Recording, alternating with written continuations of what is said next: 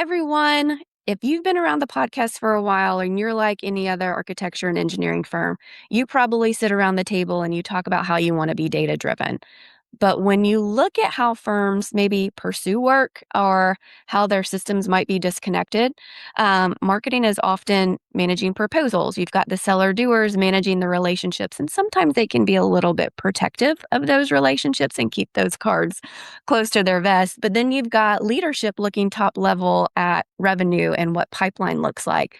Very, very few firms, from my experience, have a really clear picture and an accurate picture of how all those pieces connect. In fact, I was just in Miami the other week and a CEO was like, hey, I know we've got all these pieces, but how do they work together and who owns what and how can I really see what we're getting out of this? And I'm excited to be joined on the podcast today with Noel Brady, who is one of the co-founders and the COO of ProjectMark, which is a CRM built specifically for the AEC industry because we're new and different and special and we never want anything out of the box. So Noel started to make a new tool for us. And Noel, I love that you get to see how firms actually pursue work on the front end. You start to see how that friction happens and where data might start to break down, where there might be gaps when the opportunity arises and we now need to pull some historical information. And you also see some of the biggest opportunities for growth because you get to work with so many firms that are using your tool. So welcome to the show. I'm so excited to have you today and to dig into our discussion on being data driven. Thanks for having me, Katie. Yeah, really excited to be here. So this season, on the podcast, it's all about change makers. We're talking to people that have really changed and influenced the industry, maybe philosophies that have changed the industry, and certainly a lot of conversation around tools and technology and how the industry has been traditionally very manual, very, heavily traditionally operated and kind of changing. Almost on a daily basis, there's some new tool rolling out. So from your vantage point, let's jump into it. What is one belief about business development for service firms that you think needs to change this day and age? Yeah, that's a good question.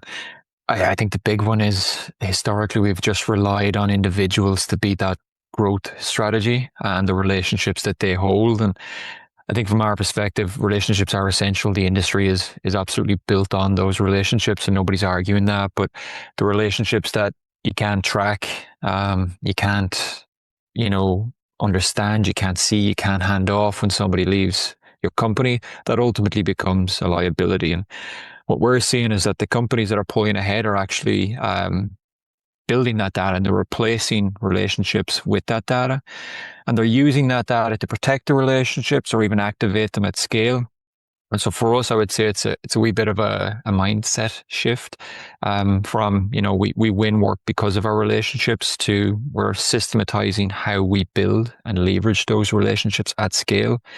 And that helps you turn those individual relationships into a firm-wide asset, a firm-wide database of intelligence, really. And so ultimately, that's where we see the industry going, an intelligent relationship management system, because those relationships will still win you the work, but it's the system that allows you to scale. Yeah, in AEC, rarely is the art of winning work, I think, a straight line. There's all these bumps and stops and turnarounds and go back. And when you factor in how long it takes to develop those relationships one-to-one, and there may be changes on the client side that you're selling to, or maybe internally, there might be some role changes that happen, and there's more than one decision maker. And we hear it a lot, oh, you're going to take so-and-so fishing and you're going to get work. And the seller doer or the rainmaker's like, yeah, I'm going to get work out of this fishing trip. I think today we know everybody's got a relationship when it comes to being a highly competent, well-positioned firm. All of your competitors can say similar things. They're all going to be able to have someone advocating for them across the table that's been entertaining them and investing in building that relationship.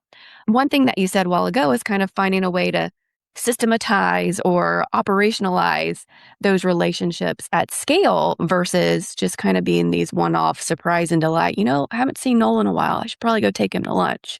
That's great. But you can't build a business on that, right? So before we jump into tools and technology, I do want to talk a little bit about kind of how you perceive firms in our space pursuing work and from where you sit, what do you think is one of those common misconceptions that leaders might have at winning work? Or even maybe from the other perspective, the rising technical professional who's now been tasked with selling. And they're like, what? I have to sell as part of my Uh, job? And nobody's really ever taught them the art of professional service sales. What are some of those misconceptions you see happening? yeah, I think both of those probably kind of meet in the middle. It goes both ways. But like the biggest thing I see with a lot of companies, a lot of leaders, is that they think that the opportunity starts or you win the work at the proposal stage, where in reality, by the time the RFP hits your desk, the outcome's probably 70% decided. There's so much work that goes into, building trust, understanding the client's needs, just getting in the room before the opportunity is actually formalized. And I think that happens months and years earlier. The firms that simply chase RFPs, they're just playing catch up. Right. The firms that win consistently, they're putting in all of that work. They're systematizing. How do I go after repeat clients as a form of system for our business, or how do I actually enter new markets? And all of that is coordinated across teams. When you touched on there about, we love whining and dining, but that is all true individuals. I spoke with a marketer. I spoke like 7 to 10 years ago now, and he couldn't get marketing budget approved for a small piece of software. Thank God the industry's changing. But at the end of this sentence, he said that his boss, they have a private jet in their business that they take their customers, or they wine and dine people. They take them and their families all around the country. And I'm like, how can you not get alignment between what the executives think is valuable and what the marketers are trying to do to assist you with that, to systematize how we build those relationships at a much earlier stage? And so, yeah, to kind of like answer your question, those firms that only get the marketing teams involved at that later stage when the proposal is actually starting, they're building these RFPs without that history of relationships. Yeah. And all of that information is living effectively offline. It's in people's emails, or actually in a lot of cases people's heads or spreadsheets or whatever. Yeah. But we need to consolidate all that, and we get everybody's into one single place. So firms without that, because of that misconception that winning the opportunity starts at the RFP stage, we're not making decisions with the full picture. And I think that's obviously a misconception that people have, is that they think that we can win from that point on, and it happens much earlier. Yeah, I echo everything you just said. I kind of grew up with mentors that described to me, hey, the RFP is a feature of procurement. It is not a marketing initiative. It's certainly the deciding factor as part of the sales process. And, we had a strong belief, and it was part of the no-go policy, if we didn't prime the pump ahead of time and know why the project was happening, how it was being funded, how they were going to make decisions, who was making the decisions. Like, if we couldn't answer those questions, then leadership absolutely no-goed it. And I'll tell you, I've worked at a handful of firms as an in-house AEC marketer where that wasn't always the experience. No, like sometimes it was part of my job to scour RFP sites looking for opportunities for my firm to respond to, and we're sophisticated now. We know those are cold RFPs. And yeah, you might get a shot at one. You might come in second, which really stinks, putting all that time and effort into it. But then I've also been part of those cultures where, marketing shows up and they're having the kickoff meeting for the proposal, and they're just going through what's required in the RFP. And again, I feel like that's just checks and balances. If you're just answering what's on the page, you're selling your firm short of really selling the story and why you should be picked. But you can only really do that if you've got data to point to. And again, why the project's happening, how it's being funded, what impact it's going to have on the organization that's asking for that. And then you can really start to speak to, say, the selection committee pain points, maybe their concerns. You can really understand the underlying project driver. Is it schedule? Is it budget? Is it quality? Is it that they need the neighbors to not call the police every day because construction is starting too soon, and it's outside the noise ordinance? Or, this was really interesting. I was prepping a construction team, and they had long worked with this client and they had done something right next to the site and they were getting ready to do a next phase, and they knew the soil was contaminated and that they couldn't risk that soil getting off the site because it was just going to continue to cause more issues. But they only knew that because they invested in building in that relationship, and they had it documented where marketing could reference it and be able to pull a story from it. So, if you're a seller doer listening today and you've got all that information living in your head, I hope you don't win the lottery before that proposal drops, because your Yeah. marketer is going to need all of that information. And, Yeah. leadership might want to know why we want to chase a particular thing. And you've got all of it living in your head. So do your future self a favor and jot it down, because the longer you wait, the more we forget. Yeah. It certainly happens. I was that seller doer. I was on the technical side of Tishma Construction. And by the time it comes to crunch time proposals, we're being brought into the process and we're trying to share information that is only stuck in our heads. And there was no centralization of information across the board. That puts both sides in a crunch. And so, yeah, I think you're hitting the nail on the head there. I'm also going to ask a very direct question. So, I work with a lot of firms in this space. I think Smartergies has worked with maybe upwards of close to 400 firms at this point, large and small, very sophisticated, bleeding edge technology adopters, and then some that are very traditional. But one thing I observe that tends to happen more than I would like to admit is firms say one thing, they want to be data driven, they want something to point to, but internally, there is not a system of accountability for making that happen. And there's the excuse of, or they're busy. The people are out in the field. They don't want to buy seats for everybody to have a license for the tool. And so it gets funneled and then there's a backlog. What do you really see as being the bottleneck for firms kind of culturally adopting the mindset of embracing being data driven and empowering that data capture?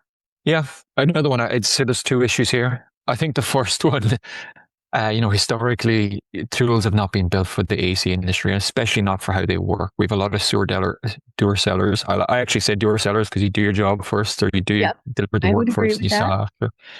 But there's no tools designed for how we work. We're on the go. We're having a lot of hand-to-hand combat, face-to-face conversations, and generic CRMs or generic systems like that. They assume that we're a salesperson sitting at our desk in entering data, and that's just not how we work. So AEC firms have these doer sellers who are also running projects, and they're not going to log every single touch point that they don't see as important to them. So data capture really breaks down, and that's the first thing. That it becomes really hard to get adoption if you can't get the data in. Based on our research, the single biggest barrier to CRM and probably technology adoption is data management. How we get that data into the system and how we maintain it on an ongoing basis. And the second thing I would say is there's a cultural trust issue, and that requires a cultural and behavioral shift from the very top. You need to have those leaders who have historically just made decisions based on experience, based on relationships, based on gut, as people like to say, even though there's strong gut there because we hold a lot of knowledge. We make good gut decisions generally, I would say. But asking those types of people to change their behavior, you have to show them why. And you have to show them the data that actually leads to better outcomes. And so that takes time and it takes a lot of proof points. And so the firms that kind of break through are the ones where the principals are championing the adoption of new technology and not just the marketing team. Because the marketing team, I feel, are on the bleeding edge and they don't always have that alignment, as I mentioned, with executives. So the ones I feel are most successful with this behavioral shift is if it comes from the top. Tie it to a bonus structure, tie it to other outcomes. But activity leads to win, inputs leads to successful outputs, in our opinion. Yeah, and I think the doer seller, the seller doer, at Smart One, I heard another one, the solver doer, who's just trying to answer, questions. Because if you think about a lot of the touch points, kind of that hand-to-hand combat you described, Noel, is happening actively on a project that you're currently serving a client where maybe there's some additional scope you could add. I'm not advocating for continuous change orders. Nobody likes to say that, but there might be other ways you could help that client.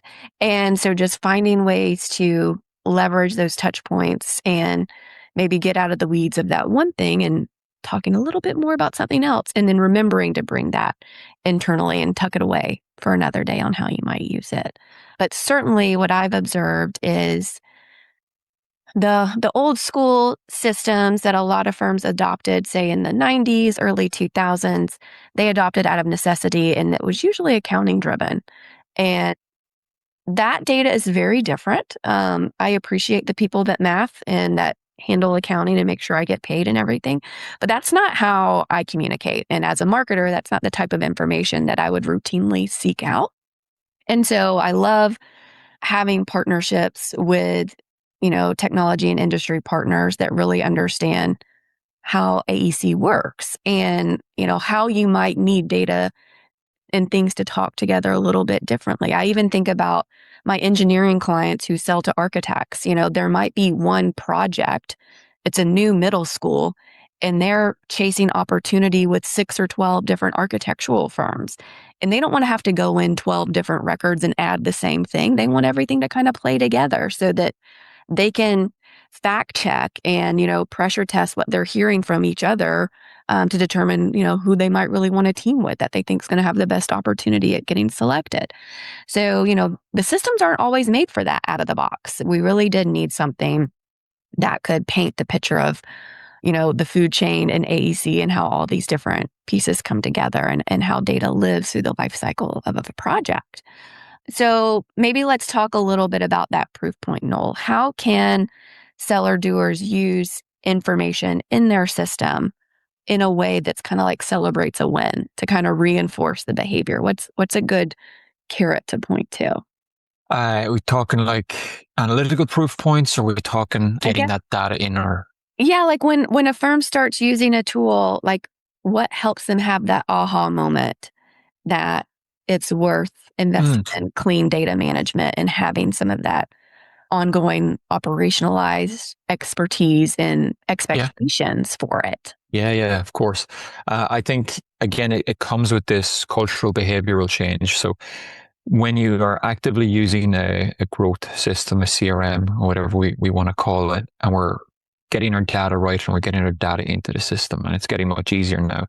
Once we have the ability to aggregate all of that data, those inputs lead to successful outcomes, as we say.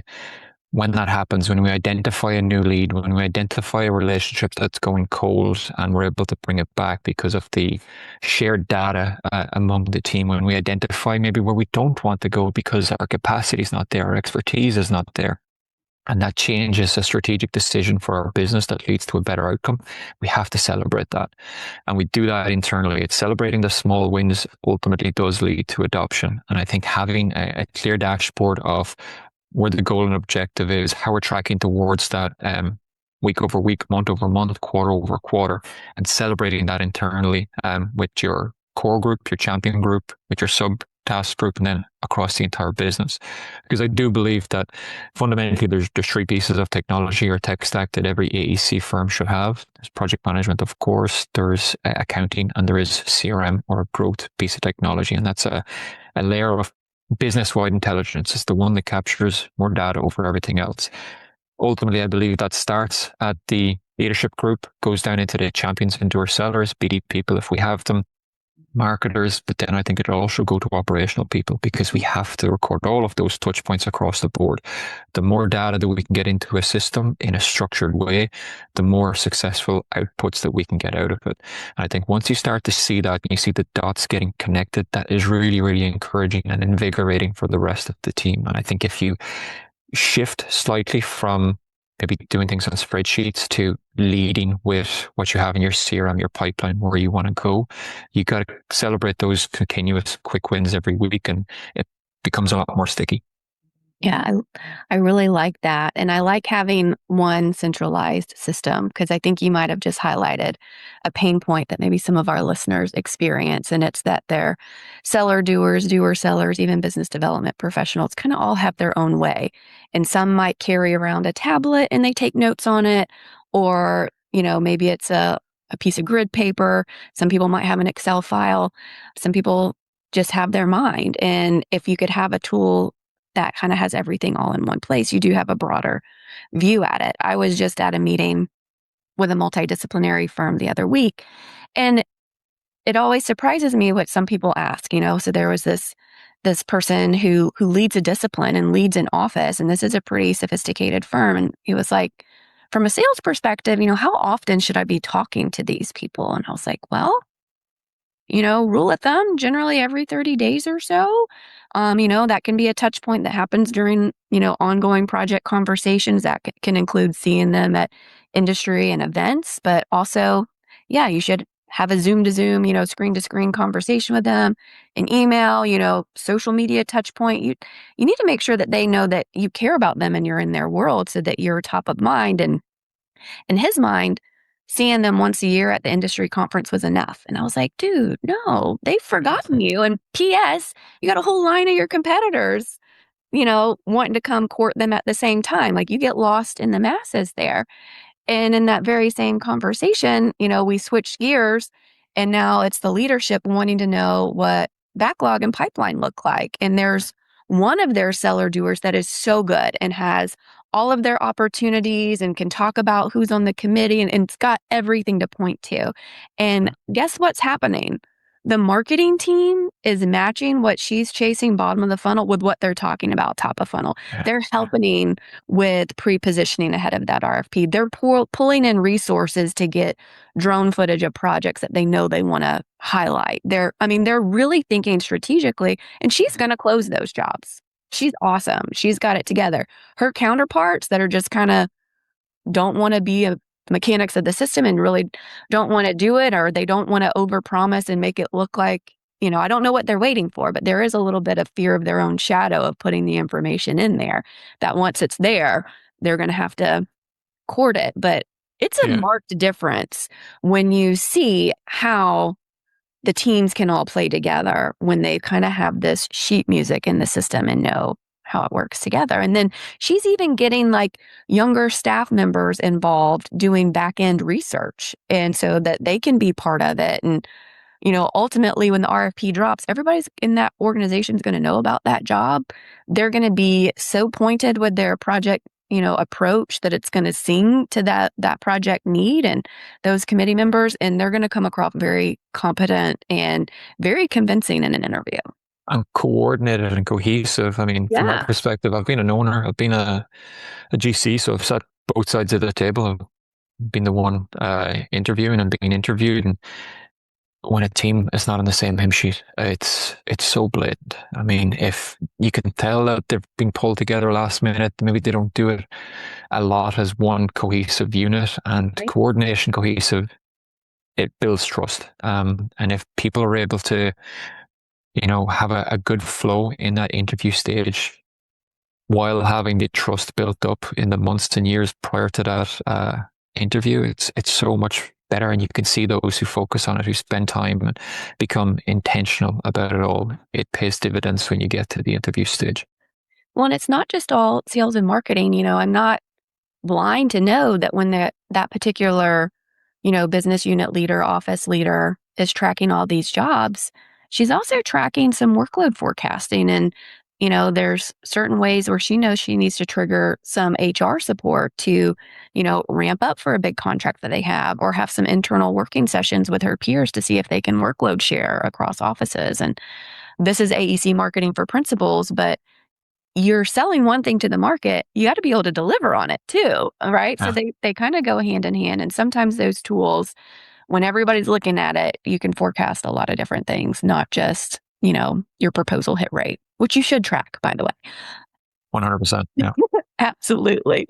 I'm a big advocate for also tracking cost of client acquisition, so how much did you spend on taking Noel to dinner and fishing, and how much did it cost for us to put that proposal together? And are we going to earn that in our fee, or did we already go in the hole? Right? 100%. 100%.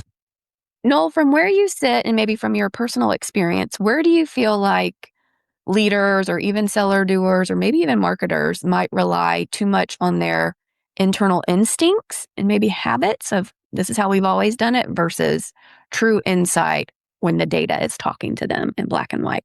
It's probably in that go no go phase. I would say, when you're evaluating what opportunities to pursue.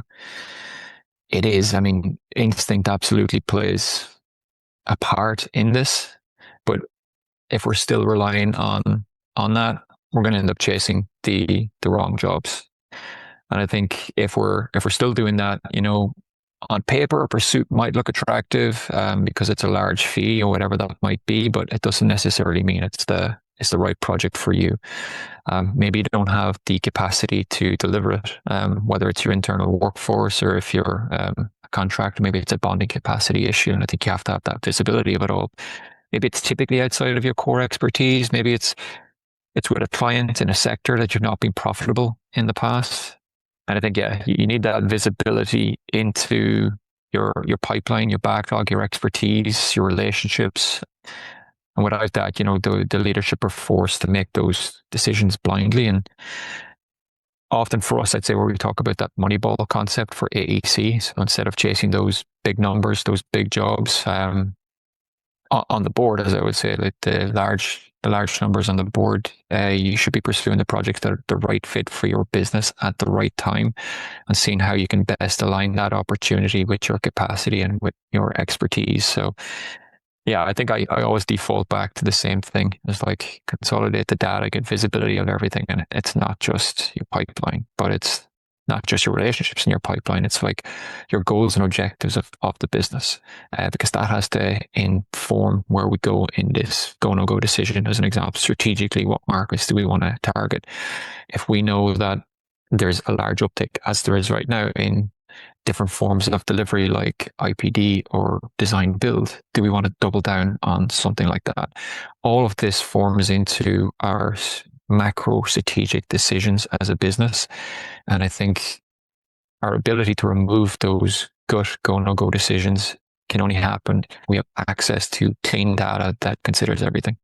Yeah, I think those go no goes, firms fight for them. They want them so that they don't wind up chasing everything, but they are their own worst critic. They are so subjective and you can make it look whatever way you want to. And I feel like my engineers, I'm going to pick on my engineers, but I feel like my engineers are like part-time lobbyists and lawyers. They can make you believe whatever you want on those spreadsheets, but you're right. There's lots of ways to get to growth objectives, right? You could grow by increasing the size of projects you do, but that might put stress internally on your team that's not ready, or maybe you don't have the infrastructure to support it. Maybe you don't have bonding capacity for that. You could also do a lot of little jobs. Well, that's taxing and challenging, the same thing. So there's different ways to think about it, but I think having a tool and having something to look at, data is just going to give you more information to consider. And, sometimes even if you add another layer of technology, with AI, and I feel like every conversation brings in AI, but I have a love-hate relationship with my AI tool, but I will give it some credit that it always comes at things from a different perspective than I do. And I can appreciate that. And when I'm trying to evaluate different things, and certainly if I'm trying to predict different personas that I'm trying to communicate with, I find that super helpful. And it's only helpful when I have something to feed it. So, Yeah. okay, let's get to some quick questions. You are the data guy. What are some metrics, or maybe the number one metric that you think all AEC firms should be tracking? And how often do you think that they should look at that metric? Yeah, I love this one. Okay. Big one I love is pipeline conversion ratio. So Okay. essentially, how much opportunity you have compared to your revenue target. So at a very simple level, it's your pipeline multiplied by your win rate equals your revenue target. And I think something we should do in AEC is slice that. I think we need to understand our hit rate, as we kind of touched on. What percentage of jobs that we chase do we win? Okay, great.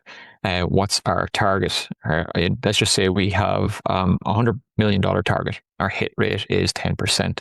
So we probably need to have something around $1 billion pipeline to do this.